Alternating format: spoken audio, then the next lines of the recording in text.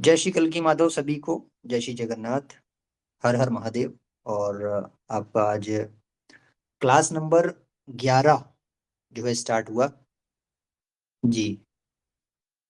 हाँ, अभी कोई भी एडमिन अगर जुड़ा हो तो एक बार मैसेज जरूर फॉरवर्ड कर दें, एक बना दे मैसेज इस ग्रुप के लिए और तीनों ग्रुप्स के लिए, कि सभी लोग उसमें ज्वाइनिंग कर लें अपना आके।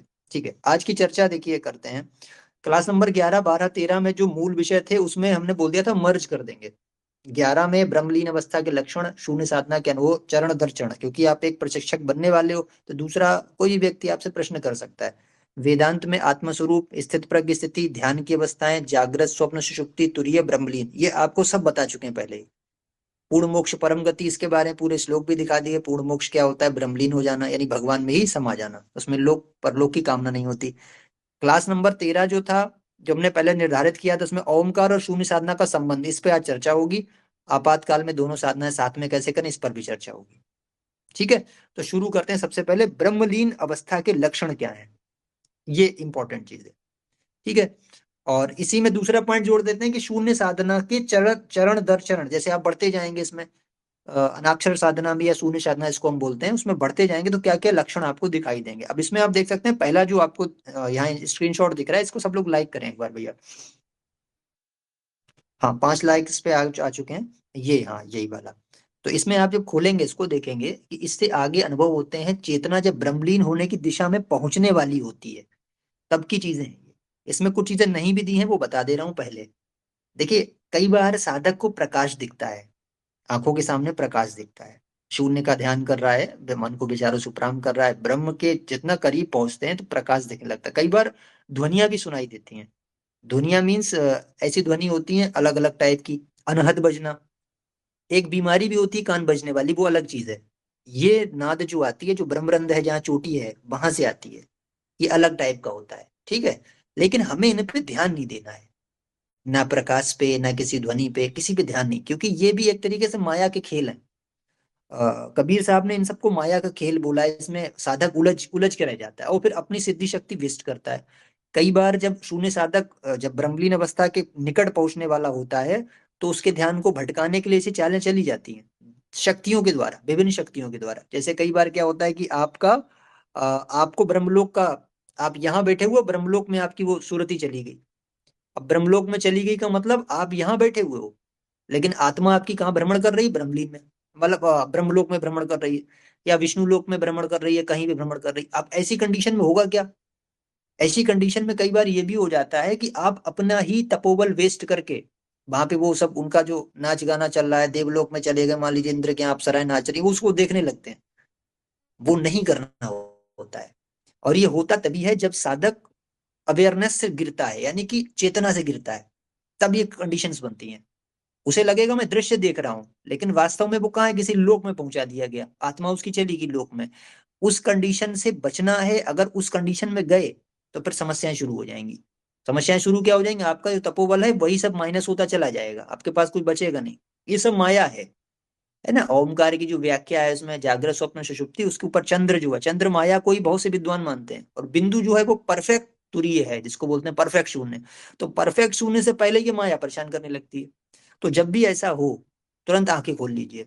अनुभव होने वाला हो, आंखें खोल लीजिए तुरंत। आंखें खोल के बैठ गए कि अरे यार मुझे सब नहीं देखना है, ध्यान ही नहीं देना। मन में कोई मजीरा बज रहा है, कोई मुरली बज रही है, कुछ भी बज रहा है, इन पे ध्यान नहीं देना है। ध्यान किस पे देना है? पूरा कॉन्सेंट्रेट किस पे? या तो नासिकाग्र पे, या श्वास श्वास के चिंतन पे, या फिर अंतर्मुखी दृष्टि पे, वहां पे पूरा ध्यान होना चाहिए। जितना परफेक्शन आप ध्यान को भटकने से बचाने में आप ले आएंगे, उतनी आपकी साधना सक्सेसफुल हो जाएगी। अब आते हैं वो वाले लक्षण जो इस पीडीएफ में दिए थे।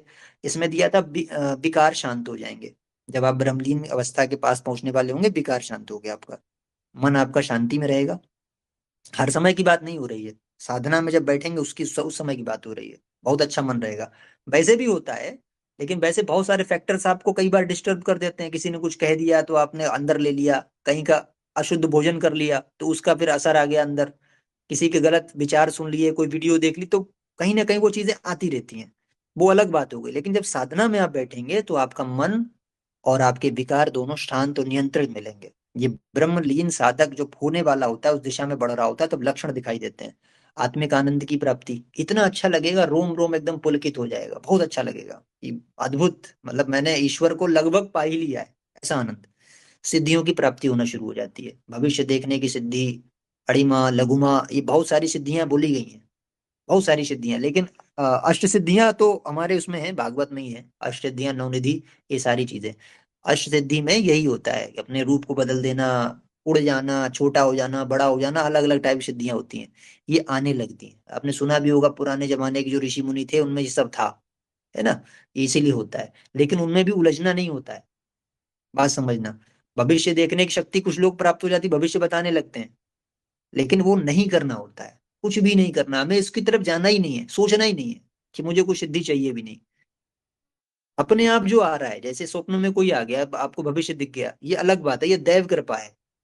बट जान के नहीं, उनको कहना नहीं है कि प्रभु मुझे ये दिखाओ दिखाओ, ऐसे नहीं, कोशिश नहीं करनी, बिल्कुल भी। कोशिश करेंगे आपका ही तपोबल खत्म हो जाएगा। यहाँ समस्या ये है, सिद्धि भी बहुत बड़ी बाधा है। सिद्धि साधक को बर्बाद करने के लिए होती है, साधक का ही पुण्य खत्म करने के लिए होती है, इसलिए उसमें नहीं जाना है। कोई अनुभव हो भी रहा है कि मेरे अंदर कोई दिव्यता आ रही है, सपोज आपके अंदर कोई भी ऐसी चीज आई कि आपको लगा यार मैं तो ऐसा, मैं कुछ बोल रहा हूँ वही सत्य हो जा रहा है, ऐसा, तो उस पे ना तो अभिमान करना है और ना उसके बारे में सोचना है, भूल जाना उसको है। और ना उसका दुरुपयोग करना है, ना उसका यूज करना, कुछ नहीं करना है।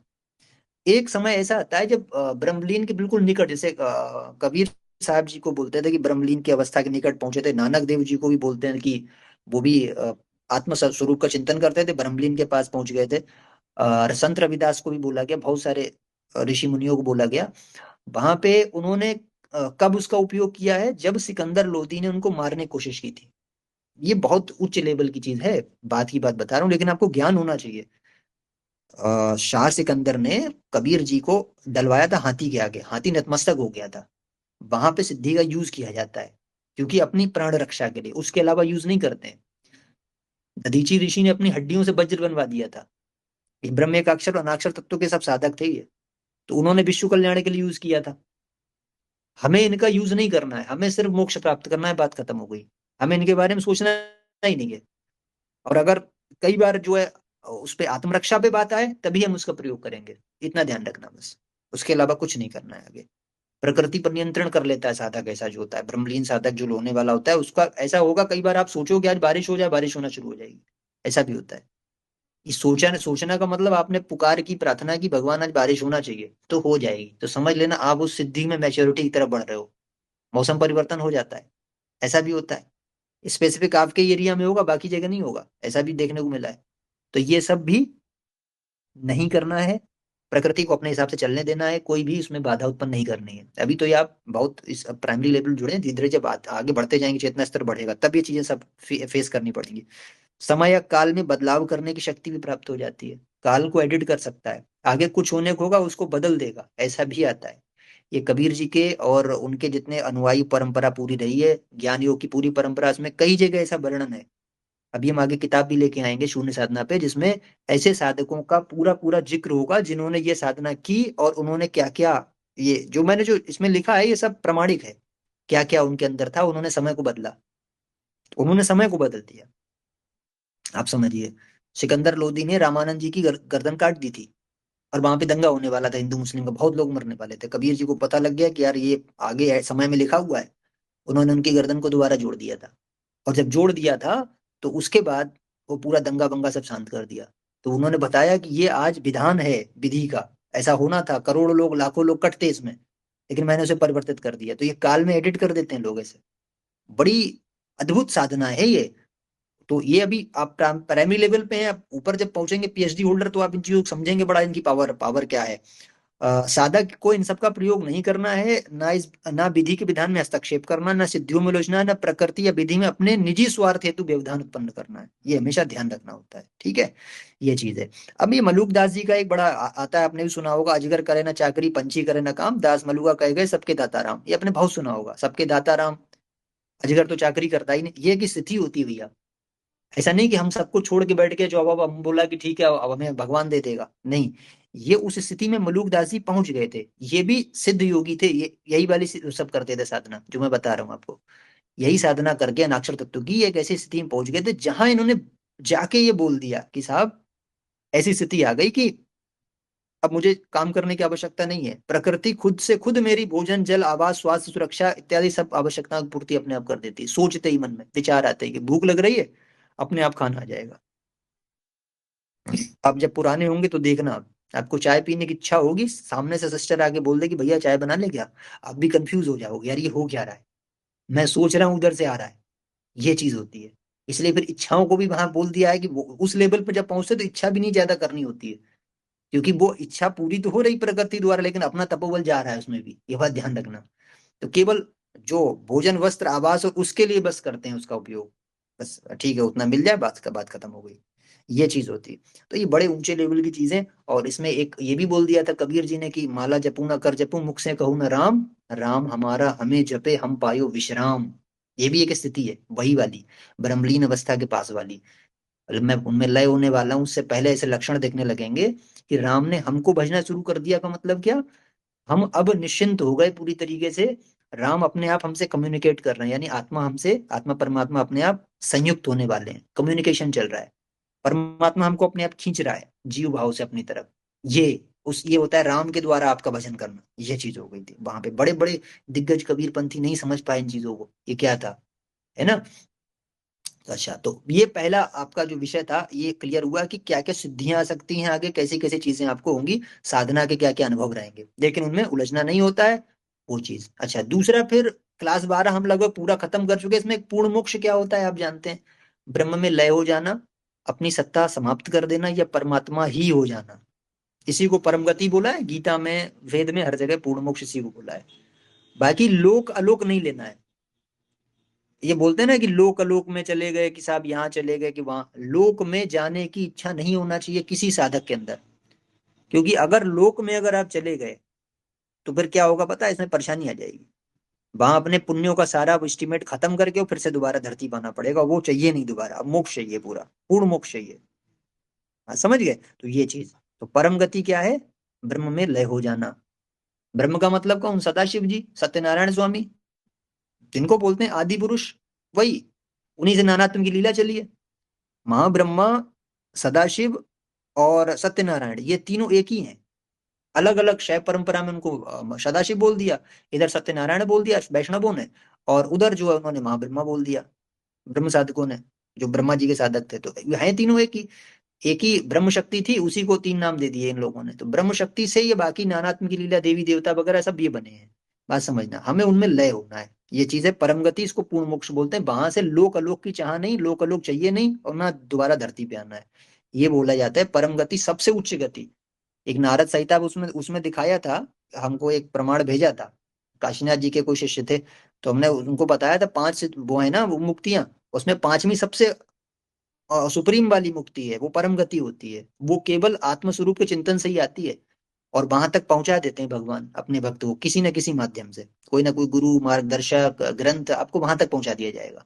फाइनल पांचवी वाली वही है, ब्रह्म में लय हो जाए। ओमकार और शून्य साधना का संबंध क्या था, ओमकार की जो आऊ माँ की जो तीन आपको बताए थे, जागृत स्वप्न सुषुप्ति, ओमकार एक्चुअली एक बता रहा है आपको कि आपको क्या करना है। इसको नाम वाचीश्वर बोला है यजुर्वेद में, आपने पढ़ा होगा। नाम वाचीश्वर का मतलब ये एक इंडिकेशन भी है कि हे कर्म करने वाले जीव, तुम जागृत स्वप्न सुषुप्ति तीनों अवस्थाओं से परे होकर तुरीय, यानी मन को विचारों से मुक्त वाली स्थिति में पहुंचो, और उसके बाद ब्रह्मलीन हो जाओ। ये ओम का पूरा शाब्दिक अर्थ है, या उसको कह सकते हैं कि मात्रात्मक अर्थ है, क्योंकि इसमें शब्द तो होता नहीं, मात्राएं होती है अंदर, उमा, चंद्र और बिंदु। तो ये कहते हैं परफेक्ट उसमें जाओ, किसमें, अपनी शुद्ध स्वरूप में जाओ, या शुद्ध चैतन्य भाव में जाओ, शिवोहम शिवोहम, शुद्ध शिवोहम में चले जाओ, यानी शुद्ध चैतन्य में चले जाओ, शुद्ध चेतना में चले जाओ, ये चीज कही जा रही है। तो ओमकार का ये संबंध है कि ओमकार इंडिकेशन कर रहा है शून्य साधना की तरफ जाने के लिए। उसका मात्रात्मक अर्थ ही यही है कि आपको वही करना है। बात समझिए। दूसरा, इसका फिर उपयोग करा जाता है, कुछ लोग शून्य साधना में भी करते हैं मिला के, जैसे ओम का जाप करते हुए आपने किया, और ओम पे ही फोकस, मैं क्या बोल रहा हूँ, ओम, विचारों से मुक्त हो गए, तो कंबाइंड हो गई साधना, दोनों कंबाइंड हो गई, विचार मुक्ति भी है और ओम जो है बोल रहे हैं साथ में। लेकिन यहां से फिर और उच्च गति क्या होगी, अंतर्मुखी दृष्टि। अंतर्मुखी दृष्टि जब होगी तो ओमकार की आवश्यकता वहां नहीं पड़ती है, क्योंकि ओमकार जो इंडिकेट कर रहा था वो आपने प्राप्त कर लिया। आप समझ गए उस चीज को क्या थी, समझ रहे हैं? तो फिर वहां पे क्या है, विदाउट ओमकार सिर्फ अंतर्मुखी दृष्टि में ही असाधक चला जाता है, उसको पता ही नहीं रहता मैं क्या, मतलब बोल तो बोलेगा भी तब भी उसको पता नहीं लगेगा, वो खत्म हो जाएगा सब, जाप वगैरह सब खत्म हो जाएगा। वैसी स्थिति है, बहुत परमानंद की स्थिति है। वहां पे ना जाप ना दृश्य ना कुछ, मानसिक गतिविधियां रुक जाएंगी। तो आप ओम को भी कैसे सोच सकते हो, क्योंकि गीता में बोल दिया कि वहां मानसिक गतिविधि रुक जाएगी। यत्रो परमते चित्तम निरुद्धम योग सेवया, वहां पे ये बोल दिया कि सब मानसिक गतिविधियां रुक गई। सबका मतलब फिर आप बोलोगे तो फिर मन में तो आएगा ही ना कि आप क्या बोल रहे हो, तो वो भी खत्म हो जाएगा। इट मीन्स परफेक्ट शून्य इसको बोलते हैं, वहां पहुंचोगे आप। तो ओमकार एक इंडिकेशन है, या ओमकार एक आपको सहायता कर रहा है वहां तक पहुंचाने में। ये था ओमकार का सफर। लेकिन इसका जाप इसलिए जरूरी है युग परिवर्तन के लिए, मालिका कह रही है, इसलिए ब्रह्म का अक्षर जरूरी है जपना। आसुरी शक्तियों से विजय प्रदान कराएगा आपको, रक्षा देगा, ढाल बनेगा, इसलिए दोनों की साधनाएं आवश्यक है, ओमकार की भी और शून्य साधना की। अब आते हैं आपातकाल में दोनों साधनाएं साथ में कैसे करें।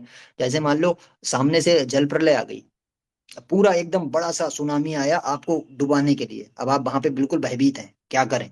वहां पे आपको बोलना, और साथ में उसके क्या करना है, विचार मुक्त हो जाना है। कंबाइंड हो जाएंगी दोनों साधनाएं उस समय, विचार नहीं चल रहा है और ओमकार का उच्चारण, यानी दोनों कंबाइंड साधना जब करेंगे वहां से संकट टल जाएगा। मालिका में तो ये लिखा हुआ है कि वहां से संकट आपका टल जाएगा, यानी पानी अगर आ रहा होगा दो फाड़ होके निकल जाएगा आपको छोड़ता हुआ, इतनी पावर इसके अंदर। और ओमकार की तो मैंने खुद ने देखी है, बहुत जबरदस्त चीज है वो, है ना। शून्य साधना भी तो पुराने पाप सब नष्ट कर देती है, बहुत अच्छी।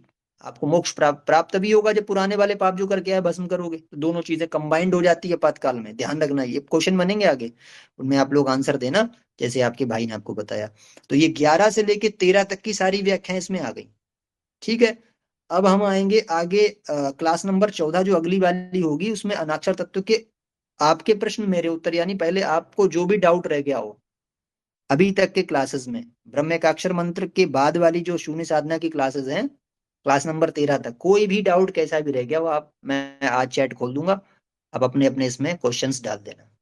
आप पर्सनल चैट पे भेज सकते हो, मैं उनको भी लाके यहीं पे कर दूंगा, ठीक है, ला इसमें डाल दूंगा लाके। और उन सबके कल वाली मतलब अगली वाली क्लास में उसके सबके उत्तर दे दूंगा। उसके बाद फिर परीक्षा हो जाएगी, ट्रेनिंग प्रोग्राम हमारा समाप्त हो जाएगा। उसके बाद क्या करेंगे, उसके बाद जो हमारी जो ऑडियोज अभी इसमें रही जाएंगी ग्रुप में, इनको थोड़ा सही कर लेंगे, जहां जहां नेट ने गड़बड़ की है उसको हटा के अच्छा सा बना के इनको बढ़िया, और एक पूरा कोर्स इसका बना के, ऑडियोज उसके साथ में पीडीएफ लगा के बिल्कुल सीरियल वाइज, और गूगल ड्राइव से इनको अटैच करके यूट्यूब के द्वारा भी प्रचारित कर देंगे एक वीडियो बना के, कि साहब जिसने ना किया हो, सारे आपको मिल रहे हैं यहीं पे, आप जाओ गूगल ड्राइव के द्वारा डाउनलोड कर लो, सारी क्लासेस मिल गई आपको, और सारे पीडीएफ भी मिल गए उससे रिलेटेड, आराम से देख लो, है ना। सबका कल्याण करना है, और ये ग्रुप चलता रहेगा। जिसको आना है इसमें सारी अलग वाली चीजें हटा देंगे, और खाली बाद में क्या करेंगे, केवल केवल क्लासेस क्लासेस छोड़ देंगे, क्लासेस एंड पीडीएफ बस। कोई नया आएगा नंबर 1 से लेके देख लेगा, है ना। ये पूरा हमारा प्लान आगे का है। और आप लोग तो फिर हो ही जाओगे मेरे हाथ दाएं बाएं सब एकदम, आप मजबूत करोगे अपने भाई के हाथों को, और आप खूब प्रचार करोगे, है ना। ये तो भगवान की बड़ी अच्छी वो कृपा हो गई कि हम लोग को ये रिस्पॉन्सिबिलिटी मिल गई, आप लोग सारे उसका खूब प्रचार करना, ठीक है भैया। तो आज की क्लास आपकी संपूर्ण होती है आपके लिए। आप प्रश्न करना, आप 13 क्लास तक जो भी आपके प्रश्न आए आप जरूर डालना, पर्सनल चैट पे डाल देना, चाहे इसी में डाल देना, मैं अभी खोल दूंगा इस ग्रुप को। ठीक है, सभी को जय श्री कल की माधव, आप लोग जुड़े बहुत बहुत साधुवाद के पात्र हैं। जय श्री कल की माधव, जय श्री जगन्नाथ, जय श्री पंचगा, जय श्री सत्यनारायण।